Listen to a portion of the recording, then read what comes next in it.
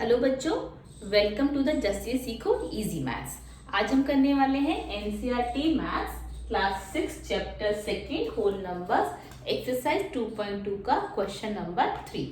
Question number 3 है, क्या कह रहा है, find the value of the following. उसने हमें 4 सम दिए हुए हैं और उनके हमें वैल्यूज निकालनी है। तो सबसे पहले हम ए पार्ट करेंगे, ठीक है। ए पार्ट करते हैं। ए पार्ट क्या कह रहा है, 297 multiply by 17 plus 297 multiply by 3।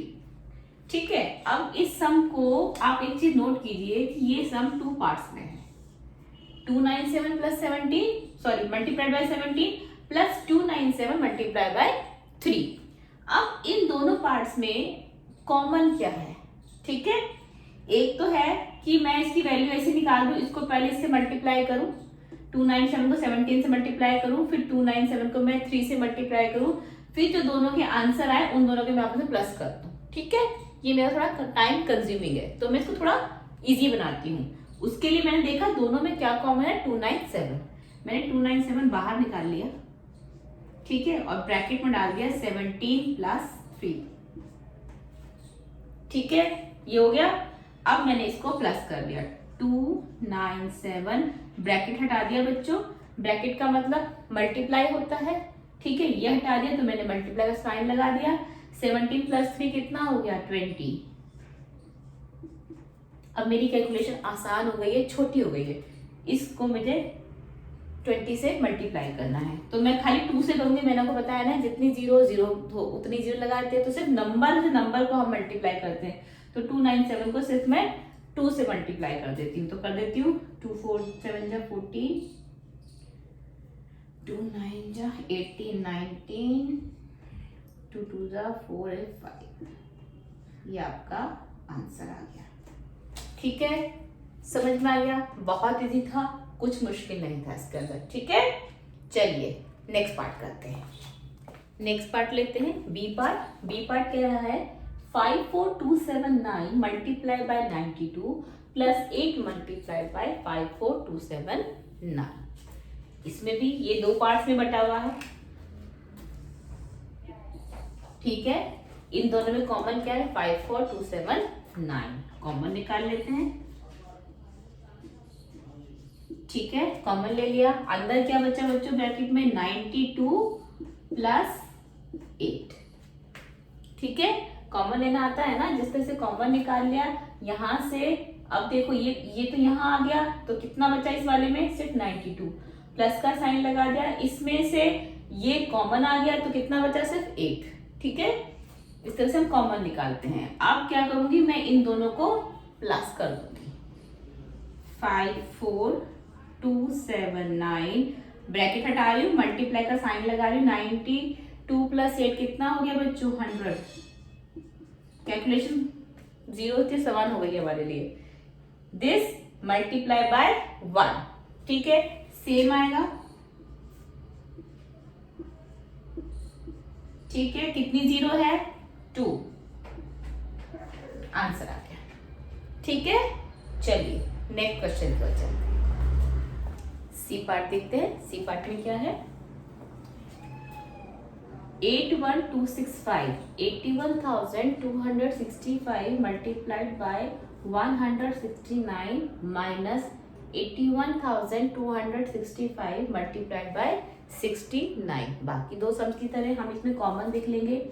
हमें दिखाई देगा कि 81265 हमारा कॉमन है, तो हम इसको निकाल लेते हैं। 81265 ब्रैकेट क्या बचा, 169 माइनस 69, ठीक है। अब सबसे पहले हम इसको माइनस कर लेते हैं। 169 में से 69 माइनस कर दिया, कितना बचा बच्चों, 100। तो ये हो गया हमारा 81265 इंटू, ब्रैकेट हटा दिया। मैंने कल बताया था कि जब ब्रैकेट हटाते हैं तो इंटू लगाते हैं, ठीक है। तो ये हो गया 100, ठीक है। अब ये बहुत इजी हो गया। इस पूरे नंबर को हम 1 से मल्टीप्लाई करेंगे तो सेम नंबर ही आएगा। 0 कितनी है, 2। आ गया आंसर, ठीक है। अगला देखते हैं, डी पार्ट देखते हैं। 3845 multiply by 5 multiply by 782 plus 769 multiply by 25 multiply by 218। अब जैसे हमने बाकी 3 सवाल किए हैं, हम इसमें देख पा रहे हैं कि इसमें कुछ भी कॉमन नहीं है। ठीक है, अब हम क्या करें, लेकिन हमें यहाँ पर ये लग रहा है कि ये किसका स्क्वायर है, 5 का, और एक 5 यहाँ पर है। तो सबसे पहले हम क्या करते हैं, इसको 5 into 5 कर देते हैं। तो हमारा पहला स्टेप होगा 3845, पेन चेंज कर लेती हूँ बच्चों।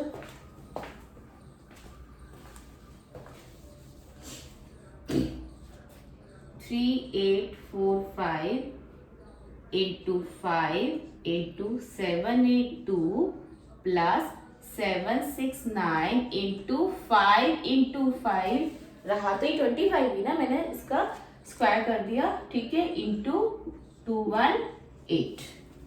ठीक है, अब अभी भी मुझे इसमें सिर्फ एक 5 ही कॉमन दिख रहा है और कुछ भी कॉमन नहीं दिख रहा है।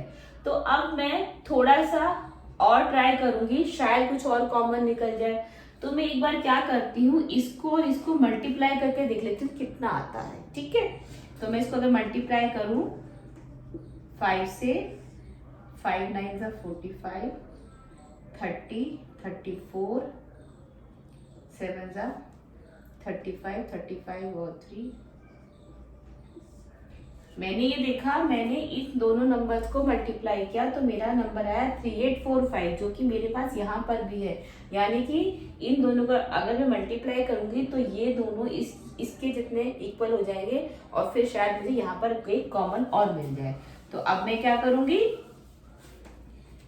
3845 into 5 into 782 प्लस इन दोनों को मैं एक कर दूंगी, 3845 इंटू ये वाला 5 और इंटू 218। ठीक है, अब मेरे पास दो चीजें कॉमन है, 3845 और 5, क्योंकि 3845 और 5 दोनों यहाँ पर है। तो हम लिख देंगे 3845 मल्टीप्लाई बाई 5, ये मैंने कॉमन ले दिया। कॉमन लेने के बाद ब्रैकेट के अंदर क्या बचा, यहाँ से बचा 782, साइन बचा प्लस का, ये यहाँ पे कॉमन आ गया, यहाँ पे बचा 218। ठीक है, इजी लग रहा बच्चों। अब सबसे पहले मैं क्या करूंगी, इन दोनों को प्लस करके मैं देख लेती हूँ कि इन दोनों को प्लस करने पर क्या आ रहा है, क्योंकि मुझे ये ब्रैकेट खत्म करना है ना बच्चों। तो 0 8 10 10, वेरी गुड, 1000 आ गया मेरे पास में। ये तो मेरा सम बहुत इजी हो गया। 3845 इंटू 5 इंटू 1000। अब तो बहुत आसान हो गया। अब मुझे सिर्फ क्या करना है, इन दोनों को मल्टीप्लाई करना है। ठीक है, तो इन दोनों को मैं मल्टीप्लाई कर दूंगी। 3845 मल्टीप्लाई बाई 5 की टेबल से मल्टीप्लाई करना हमारे लिए बहुत इजी है, बशर्ते कि हम इतना बड़ा कैलकुलेशन करें। ठीक है, 25 20 2 22 40 42 5 3 15 15 और 4 16 17 18 19। ठीक है, ये आ गया 19225। अब इसके अंदर मुझे क्या करना है, कितने जीरो ऐड करने हैं, 3 zeros, 1 2 3। ये मेरा आंसर हो गया। समझ में आया बच्चों? सवाल थोड़ा सा टफ था, लेकिन सिर्फ अगर आप इसको समझ लोगे एक बार अच्छे से तो आपको बिल्कुल भी टफ नहीं लगेगा, क्योंकि शुरुआत में देखने पे हमें लग रहा है यहाँ कुछ भी कॉमन नहीं है। अब हमें सबको कैसे करें, सबसे पहले हमने क्या ढूंढा, 5 का कॉमन ढूंढ लिया हमने। 25 को 5 into 5 लिख दिया। अब हमारे पास 5 कॉमन था। ठीक है, उसके बाद हमने देखा कि कुछ और कॉमन हम कर सकते हैं, तो हमने रैंडमली इसको और इसको मल्टीप्लाई करके चेक किया कि क्या पता हो जाए, और हमारा जो हमने जो किया, जो कैलकुलेशन था हमारा वो एकदम सही निकला। वो 3845 आ गया, जो कि इन दोनों में कॉमन हो जाता है। तो अब हमारे पास 3845 और 5 दोनों ही कॉमन थे। उसके बाद जो बचा उसको मैंने ब्रैकेट में डाल दिया। जब मैंने बचे हुए को प्लस किया, बचे हुए नंबर्स को प्लस किया, तो हमें और हेल्प मिल गई कि हमारे पास में 1000 आ गया। जब इसको और इसको मैंने मल्टीप्लाई कर दिया बच्चों, और आपको तो बता ही रखा है कि इस तरह की मल्टीप्लिकेशन में सिर्फ नंबर्स को मल्टीप्लाई करते हैं और जितनी जीरो होती है उतनी जीरो लगा देते हैं, तो उससे हमारा आंसर बहुत इजीली निकल गया है। ठीक है, चलिए नेक्स्ट क्वेश्चन की ओर चलते हैं।